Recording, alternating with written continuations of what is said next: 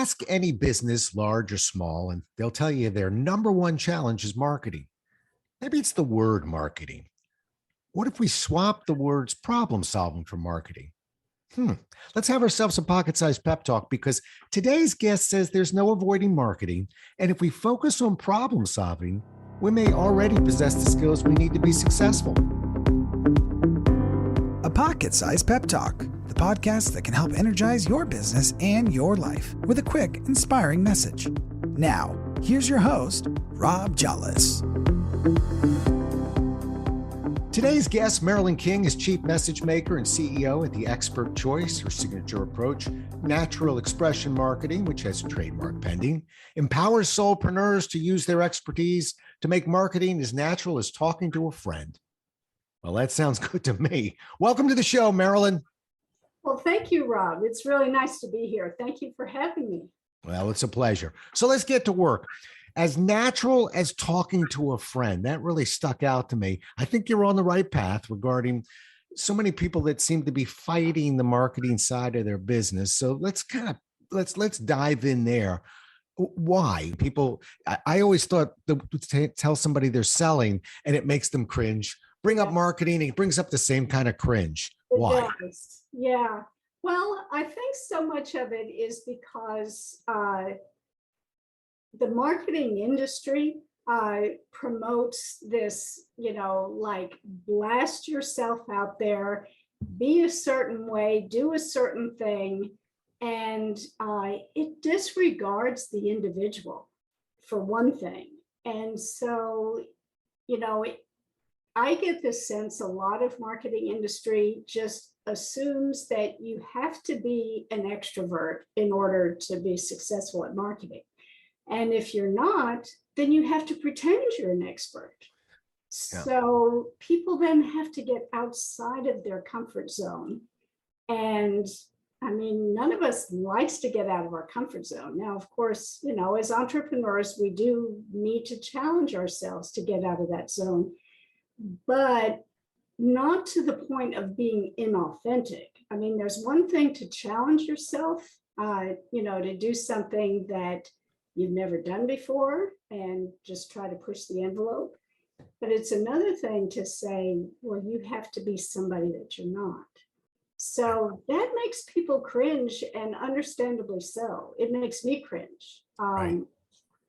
And the other thing too is that the marketing industry seems to make it all sound like, oh, it's just so easy, follow these steps, fill out this template. We've got, fill in the blank, who's your target market? What is it that they need, want to buy?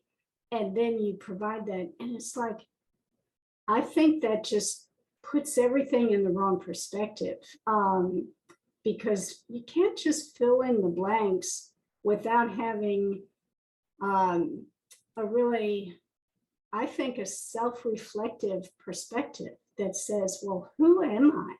Right. What is it that I want to do, and what do I have to offer? Right. Okay, so hold tight there for a second. I as a guy who's been on the road for 40 years, it's rare that I hang around to a meeting. In other words, most road warriors like me, we get in, we do what we deliver, we go. The only time I've found myself holding back and saying, I'm going to hang around for this one is the marketing workshop. Because you see, in sales, I really can talk to and have talked to NASA engineers on one day, Toyota manufacturers on another day. I'll speak to a hospital on day 3 and some lawyers on day 4. And the process that I work with is repeatable and predictable. Yes, I have to change the case studies out. I have to change how we apply it, what we're swinging at. But marketing has always puzzled me because, and that's why you're on the show. I don't know if I'm right or wrong here, but I've always struggled with the fact that, is there a repeatable, predictable process? In other words, could I teach NASA on one day and Toyota another the same marketing approach to what they're trying to get into their customers' hands? And from what I've seen on stage, the answer is no.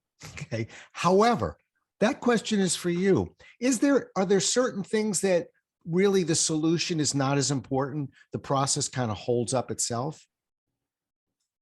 Well, I do think that there's a repeatable process, and Mhm. that's what my natural expression marketing approach is. But it's a framework. It's not a fill in the blank, everybody fits, everybody's the same peg that goes into the same hole. So the process that I guide my clients through is first, the first step is showcasing their unique value.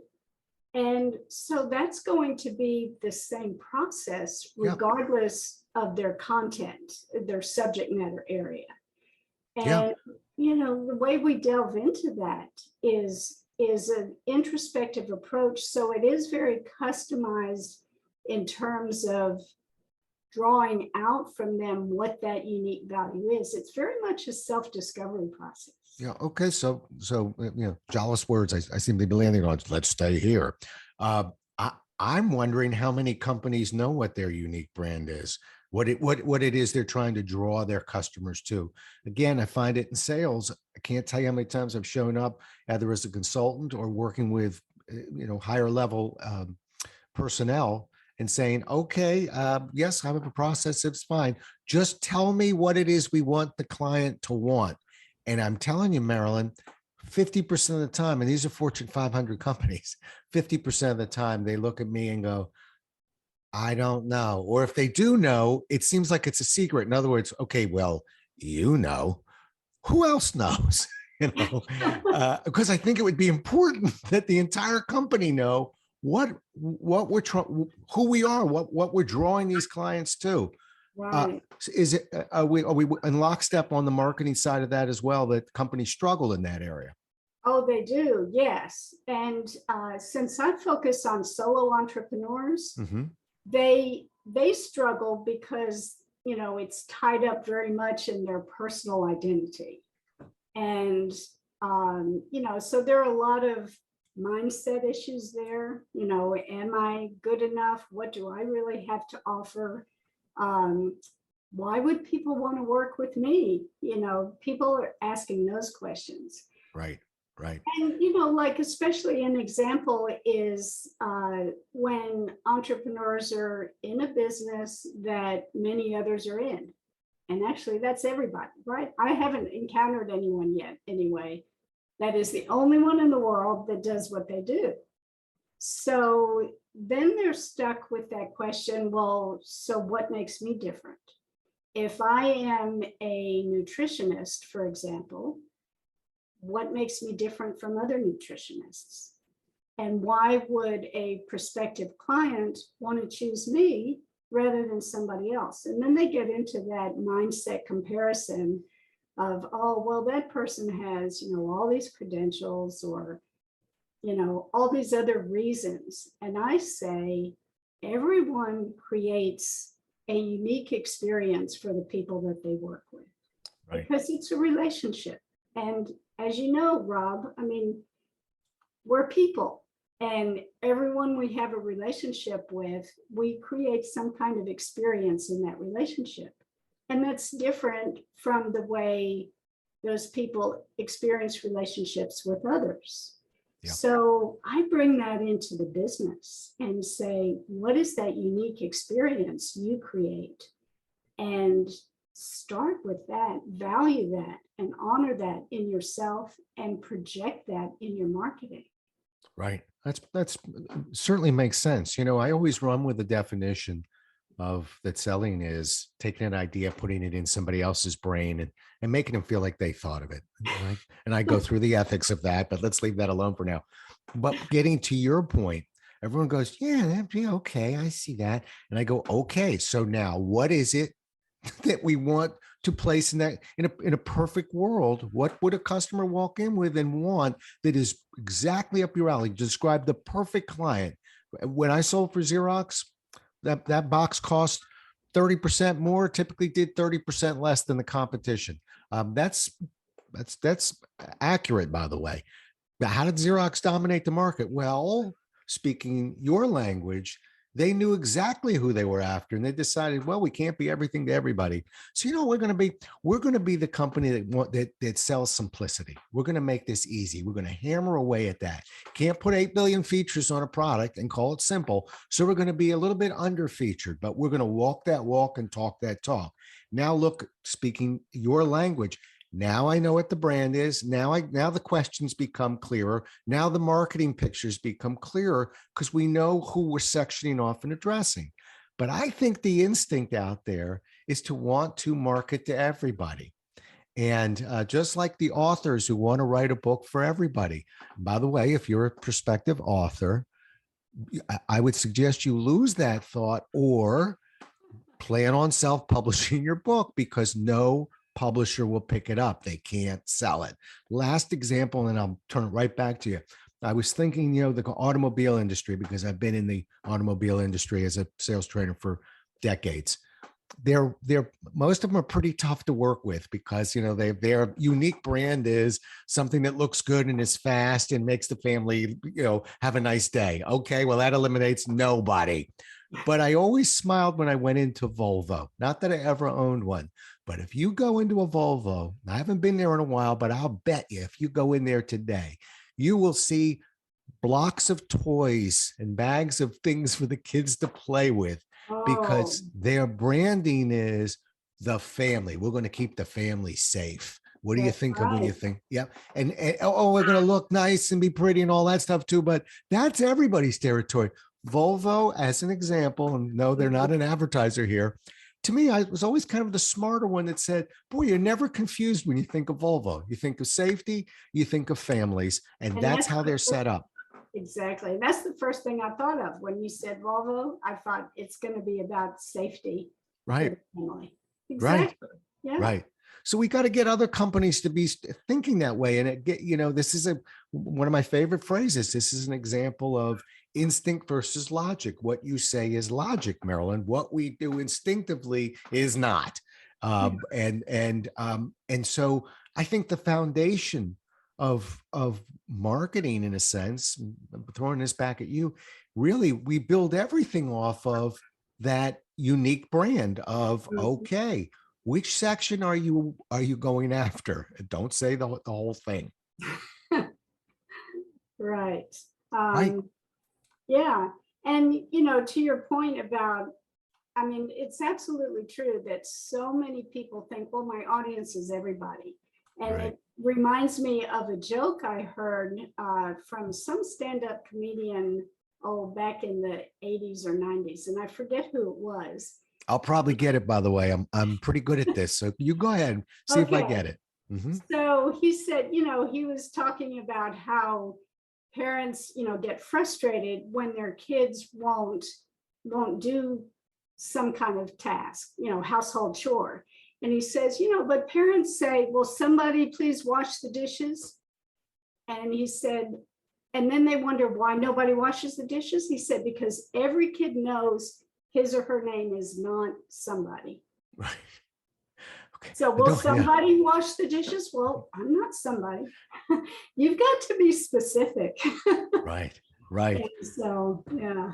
Well, you got that comedian by me. I was ready to take on the challenge, but I'm thinking, I don't know who it is. When it gets into rants, I usually go George Carlin, just because Carlin will pick up on one idea and talk about it for 10, 15 minutes. He's not a joke and I'm moving to the next topic kind of guy.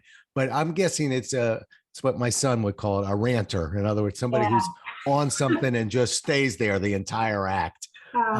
Okay. All right. Now, you say marketing can be as natural as talking to a friend. I put that in our intro. So talk to me about that. How do you do that? Well, I've stumbled upon that because I hear so many solopreneurs express their fear of marketing or their dislike of marketing. And it's because they see it as, like I was saying earlier, that they have to somehow be somebody they're not and do something that they're very uncomfortable with. But I say, tap into what you love about your business. Why are you even in business to begin with? And when you're excited about it and you love what you're doing, don't you want to tell your friends, hey, this is what I'm doing, and this is why I'm so excited. This is what I think, people are going to be able to get from it. And I say, embrace marketing as that very kind of thing. Okay. But here's the pushback. And because I've actually given a speech that's similar. And so let's figure this out, the two of us. Okay. So the pushback to me is always going to be, yeah, but I don't want to sell my friends. I don't want to come off as salesy. So if I do that, maybe I'm putting my friend in an uncomfortable position. So just as I might be doing with you right now. So that's because I'm bitter about the fact I couldn't get that comedian's name. But no, seriously, I say we'll work on this together.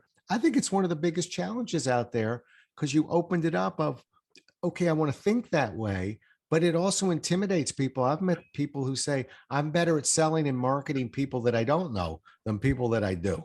So how do we get them around that? Well, I would think if that's the way they feel, then there's a disconnect between their business and their passion for their business. And so I don't really want to sound judgmental about it. Sound judgmental. It's a podcast. Judge away. Let's go. It sounds like they are then saying, okay, it's comfortable for me to just do some kind of marketing process that I've been taught that is separate from me. Whereas if you shift your mindset to say, I want it to be as natural and enjoyable as talking to a friend, it's not that you have to think about marketing to your friend, but think about, how do you talk to a friend? First of all, your friend knows your character, sees you for what you are, and likes that. That's why they're your friend. Right. So your marketing to translate that into marketing, you want to then reveal your real character and not hide behind some kind of structure that's separate from you that anybody could follow. Yeah. So that's one thing.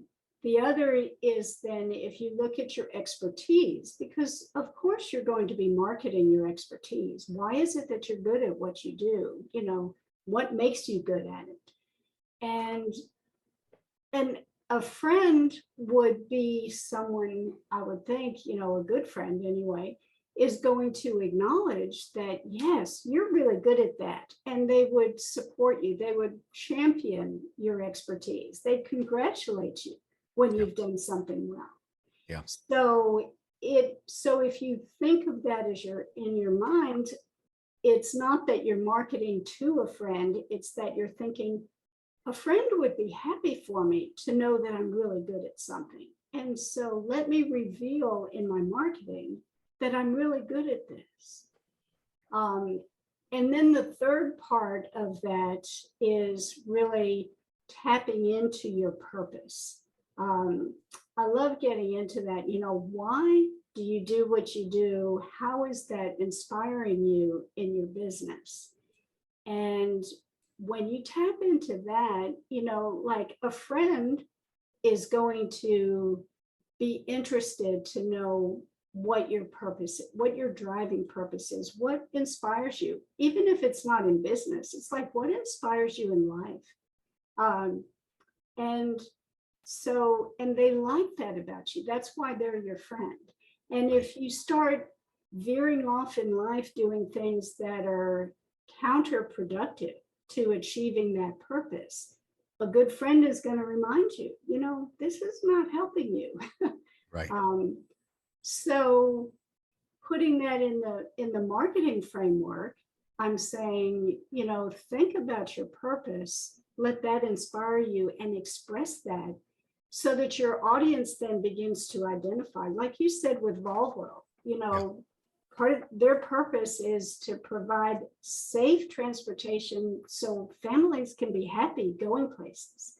Right. Right. And their customer base loves that about them. No, no, I think you nailed it. I really do. I remember as a 21-year-old struggling with this.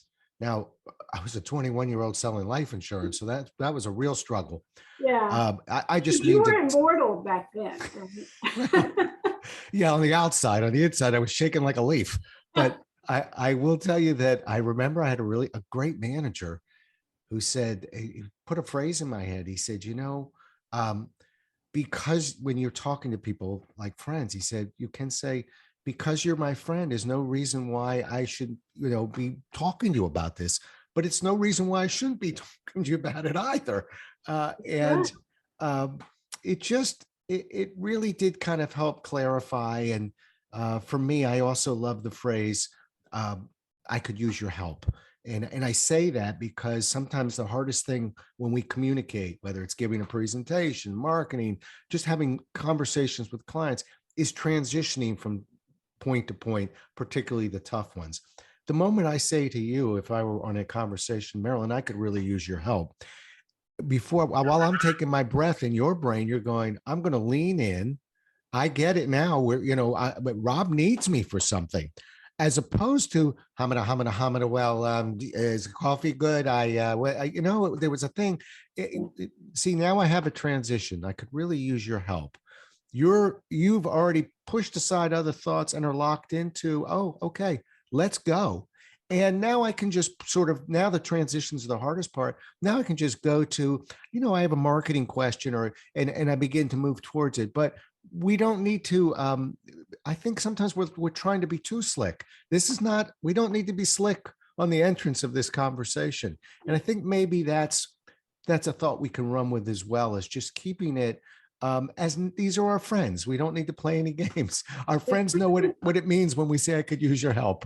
Yeah. They get it. Yeah. Oh, I love that. Yeah. Yeah. Okay. So I want to go back to one thing and then I'll leave it alone. But, we were talking about that unique value. It seems more important in marketing than in just about anything else, because I think, as we said, everything builds there. So when you're working with a client, how do you, and as I said, I'm working with them all the time. When a client looks at you and says, I don't know what my unique value is, how do you help them find that? Well, I have lots of questions that I ask, and I'm glad you asked it that way, because one of the complaints that I have about a lot of programs is that they just ask you that kind of thing. What is your unique value? Describe your ideal client? And it's like, people don't know that to start with. It's a long discovery process. So as far as discovering your unique value, it is a discovery process. And like one of the techniques that I use is an exercise I actually learned from Mike Kim, who is a personal branding expert that I follow. And that is, I have my clients list all the things that they have done. And I'm talking not just like a job title or the list of responsibilities even for that job, but actually the projects that they did. What did they actually do? What results did they generate? How did people respond to that? How did they feel?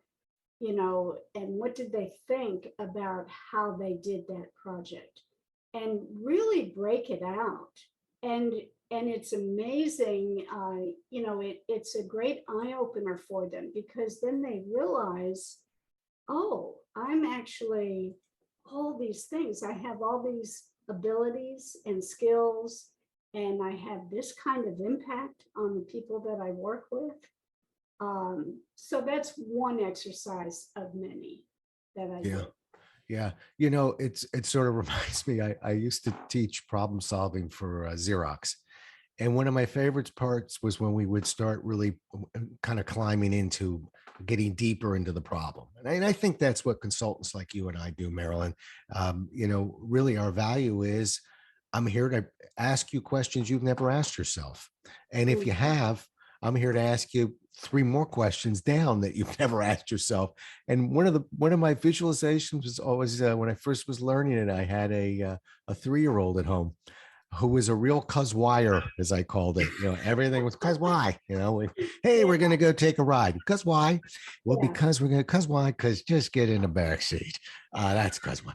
But I always remembered that of really, that's a very valuable skill. What that 3-year-old is teaching us is the exact same thing we should be doing. We should be asking cuz why.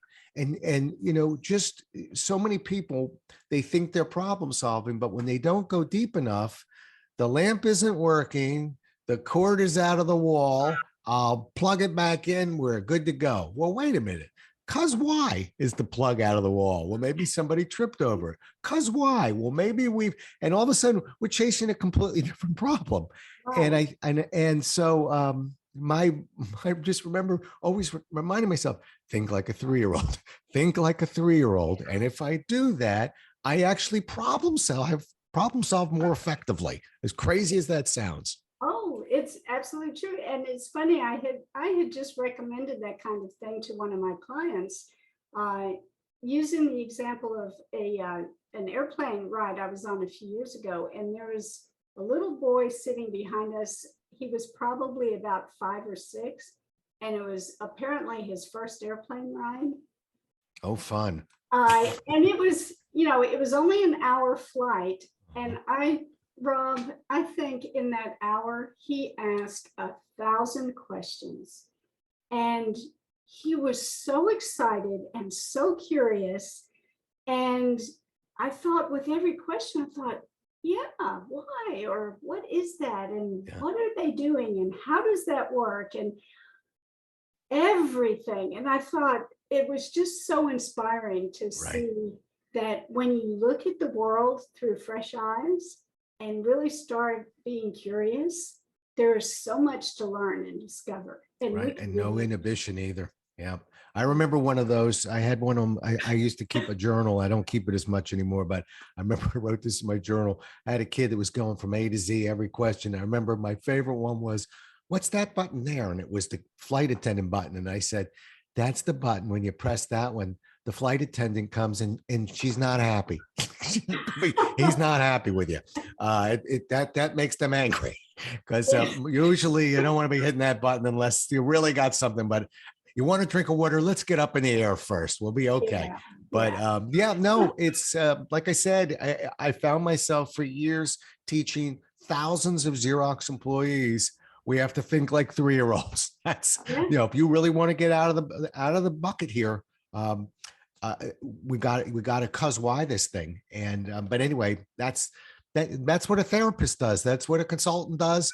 But a 3-year-old does it the best. Yes, I agree.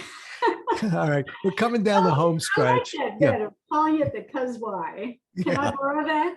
Yeah, it's all yours. We probably should pay royalties to Little Ricky or whatever his name was. I'm making that name up, but he was small and he was not running out of questions, just like the one you had. Yeah. I had somebody on the previous podcast who was really talking about mentors a lot and how important mentors are. And I remember looking at him thinking, I barely even knew the word, just generational almost. In a previous generations, we didn't use that word a whole lot. We had parents or we had a good manager or somebody. But now it seems like that's a very hot word and very hot term. And it's almost out of the norm not to have a mentor. So from your perspective, how important do you think it is having mentors or being a mentor in somebody's life? Oh, well, I think it's really important. And in fact, I have a mentor who I discovered, and it was interesting. I had just completed a course, a business course, one of these coaching programs, a very high-end, in-depth coaching program when I was starting my business, when I was just trying to figure out what is going to be my business. So at the end of that, I had figured it out. I had developed, my first draft of the kinds of questions and process that I have now. Of course, I've iterated it, many times since then. But I had just completed that, and I thought, wow, the next step is I need to be my own best client, because the questions I've come up with, I should really answer for myself and then implement or act accordingly, based on what I've discovered. So I was all poised to do that when I just, timing was everything. And I got an email from somebody whose list I'd been on for a long time and who I knew and liked and trusted. And she said, oh, a friend of mine, is one of these referral things. So she said, oh, a friend of mine is launching a 5-day challenge on this thing. It was on clarifying your message for your business. And so I looked into it and I just thought, wow, that sounds like what I have just created, but it was only theoretical. I hadn't had a client yet. And so I did the challenge and I thought, wow, like she's asking the same kinds of questions, some of them, that I have come up with.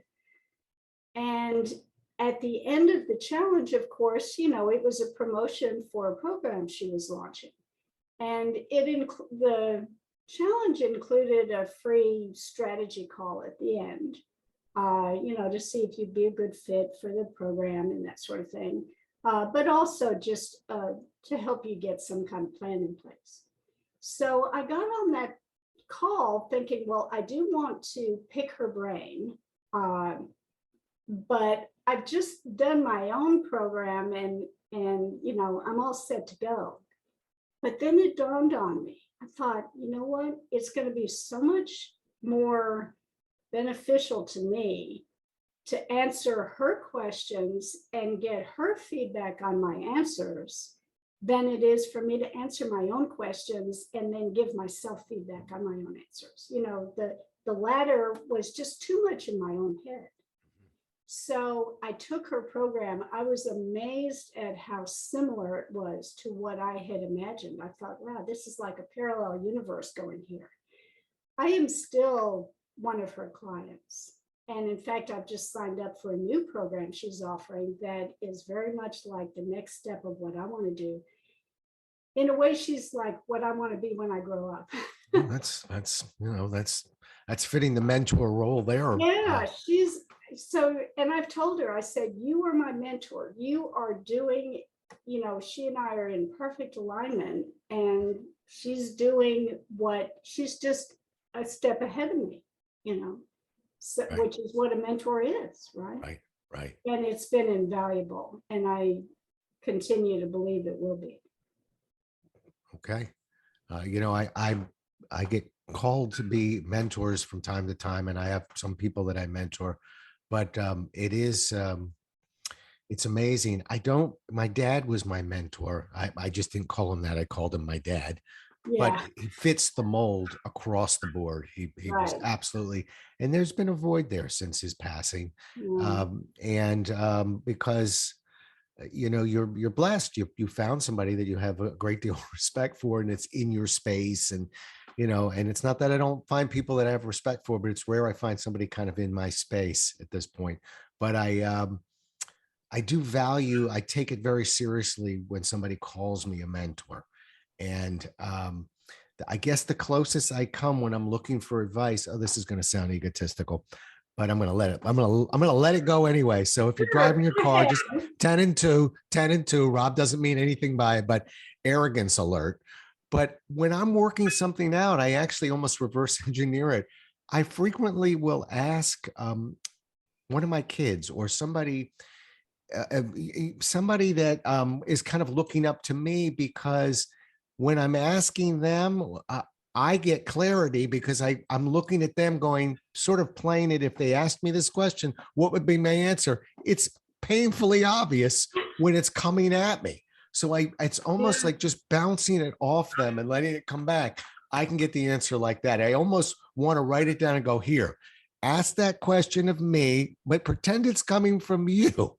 And I can see clarity with my kids, with people who are younger. When they ask me certain questions that I struggle with, I rarely struggle because I'm uninhibited.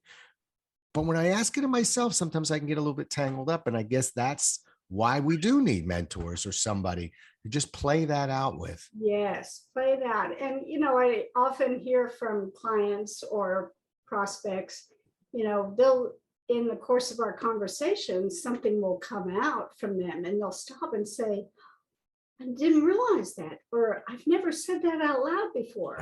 Right. Yeah, it comes out in conversations. And, Right. And I've always been a mentor to others when I was in my corporate environment. And before that, I was a teacher officially. So I do take mentoring very seriously. Yeah. And it's so gratifying to see how you're able to help somebody, when it works out well. Totally agree. And we need more of them, particularly for, there's some programs out there for some students that are coming in from different countries, and they really do need a mentor. They're not looking for you to place them in a job. They're just looking for advice and some counseling. So I think it's very helpful. All right, so let's end on. We got to bring this ship in now. Let's talk about your business, and let's start with, how do people get a hold of you? Okay, well, they can go to my website, which is theexpertofchoice.com. Good. And I would love for them to download my free giveaway I have on there that gives them a start on crafting a message that is based on this natural expression marketing approach. So, like we often hear, oh, you need to have a message that says who you are, who you serve, and, what you do. But then, like I said, when people are just asked those questions, their answer is, well, I don't know. And in my guide, I have the questions that help them come up with those answers so that they can actually create a message that says something unique about them. Wonderful. Okay. So you hear that, folks? A lot of times when you're listening to my show, I'm telling you to go out and get yourself a book from an author. This time we have somebody come in who's saying, hey, come to the site. I'll help you out. You can download it and get a start at figuring out your branding, what makes you unique. So I appreciate that. And that is give me that website one more time. theexpertofchoice.com. expertofchoice.com. All right. That's an easy one. And I'm assuming if we go to that website, we'll have a way of contacting you directly. Yes? Absolutely. Yes. Perfect. And they could book a strategy call as well if they want to do that. Perfect. Just remember there's a "the" at the beginning, the expert of choice. Well, I'm glad you said that. We'll also have it on our show notes, so we'll have that up online. But the expert of choice.com. Okay, good. Thank you. Okay. Also, I was thinking, is there marketing at that? The expertofchoice.com. I got it. All right. Well, you did a great job. We really did just wonderful. It was nice having this conversation with you. And fun, Rob. Thanks. Good. Well, we're grateful to have you on the show. Thank you so much. We'll do it again as well as we can next time. Until then, everybody, stay safe. Thanks so much for listening. If you enjoyed today's show, please rate and recommend it on iTunes, Outcast, or wherever you get your podcasts. You can also get more information on this show and Rob at jollis.com.